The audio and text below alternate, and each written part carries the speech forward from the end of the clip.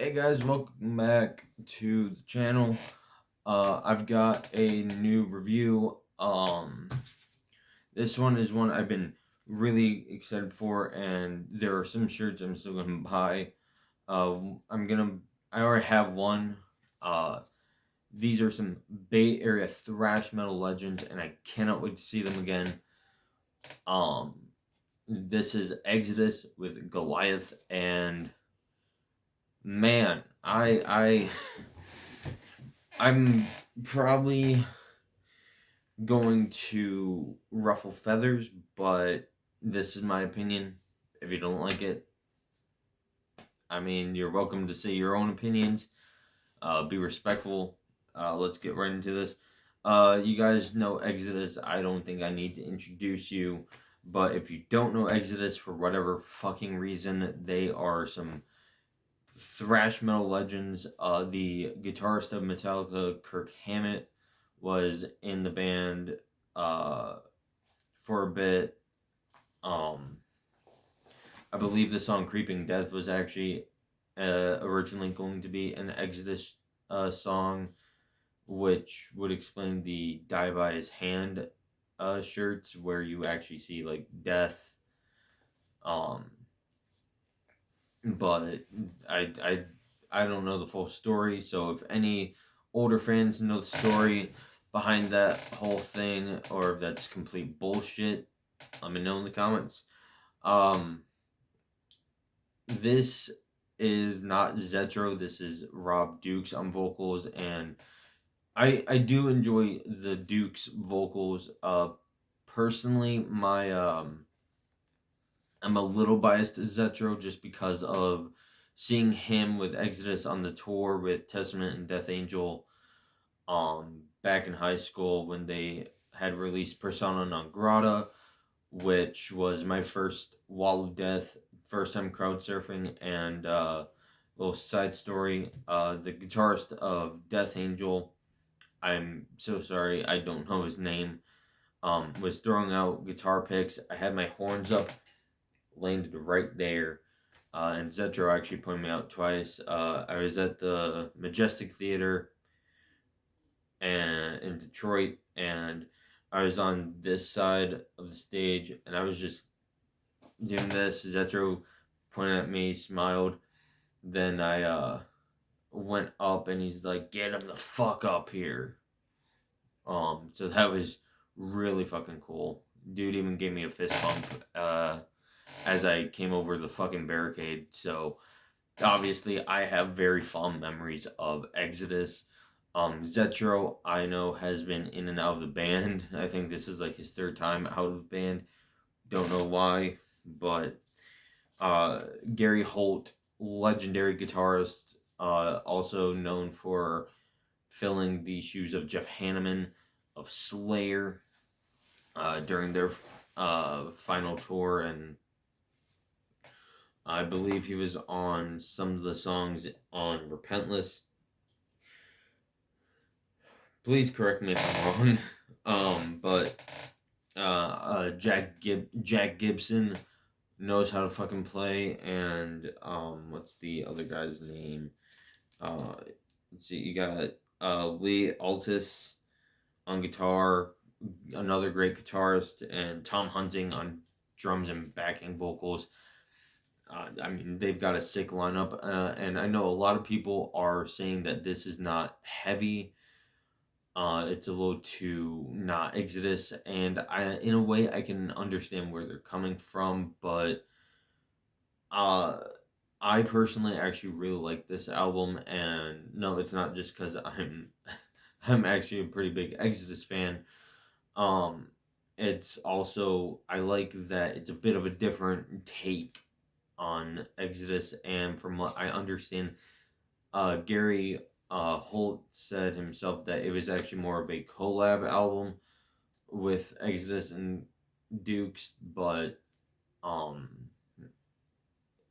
there's you know a little uh, I don't know how true that is. I mean, I feel like Dukes really fit this album.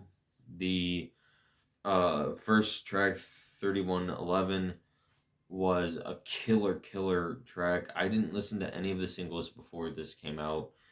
I know the fourth song, Promise You Did This, came out as a single, I believe, a few days before the album actually dropped, which was yesterday, March 20th. And people were like, "Where's the heavy?" I'm like, the heavy is in the, you have to listen to it for what it is and not what it isn't. Don't listen to it thinking Bonded by Blood or Fabulous Disaster or my personal favorite, Tempo of the Damned. And this is, in my opinion, better than the Force of Habit album, but that's not saying much. I I think, and I'm sure many agree with me, Force of Habit is not a strong Exodus album. Obviously, nothing is. I don't think anyone is going to be able to capture the energy that Paul Bailoff had on Bonded by Blood. That was a lightning in a bottle album, in my opinion, but that is not to say any of the other albums are bad. Like I said, Temple of the Damned is my personal favorite. Overall, I do really love Bonded by Blood. Um, the title track was fun, and what I'm liking is how experimental each song is, but they still fit. I will say it does feel more like a collection of songs rather than a full album at first, but as I started to listen more. I listened to it a couple of times.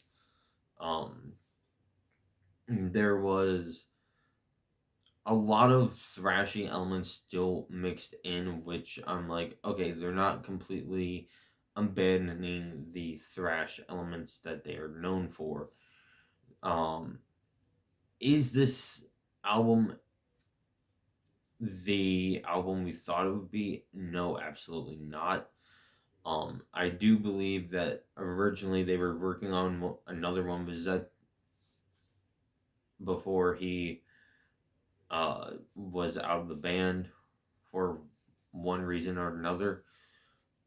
But for what this is, I think this really fits Rob's vocals better. I'm noticing that with the different vocalists that Exodus has had, each album has had a certain feel to fit the vocalist on that particular album's um sound. Um, I'm like, when you have Zetro, you get the more aggressive punch in the face uh stuff. With Dukes, you kind of get that, but you also kind of get the more like very pissed off uh style. Not that obviously Zetro was also very some very pissed off. I mean, again, Persona non grata. That album is on a whole other level. Um, in my opinion, but uh, I'm not sure I agree that this is a bad album. I just think it's one that really needs to grow on people. The production is fan fucking tastic. I know it's a different guy than who they usually have, which I'm sorry, I'm blanking on his name. So I apologize. There's a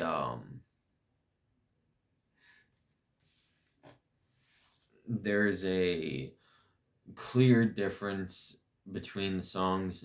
I will say I'm liking how you get songs like "The Changing Me" and 2 Minutes Hate, which feel like they could fit on a more classic sounding Exodus album. The Dirtiest of the Dozen, the final track, is probably the one of the thrashier ones, along with the title track. And what I'm really hoping for is that this is an album where the songs will work better live than they will as an album.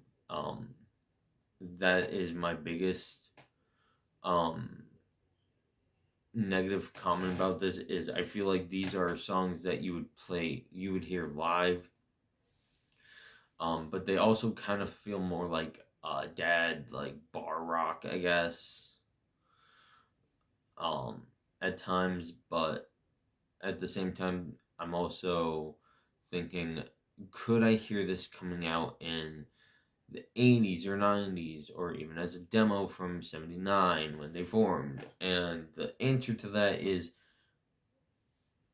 maybe. Um, it could definitely fit.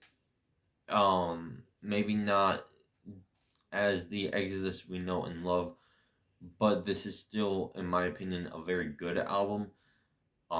It is not exactly what we expected, but then again, I think that this is going to be a very good album for newcomers, or who aren't used to, say, the more raw energy of an album like Bonded by Blood. My personal favorite songs are 3111, The Changing Me, Promise You This, Violence Works, Goliath, and The Dirtiest of the Dozen. So far, I mean, obviously, my opinion can change. I know I've talked really fucking fast. I'm sorry about that. I know that some of my points might not make sense, but hey, I'm not reviewing for anyone but myself, essentially. You just clicked on the video. If I have to give this a rating, I would give it a solid 7.5 out of 10 Graves. Not my favorite Exodus album, but it could definitely make my end of the year list if I give it some more time and thought. That said, thank you all for watching. Thank you for subscribing. And as always, shine on.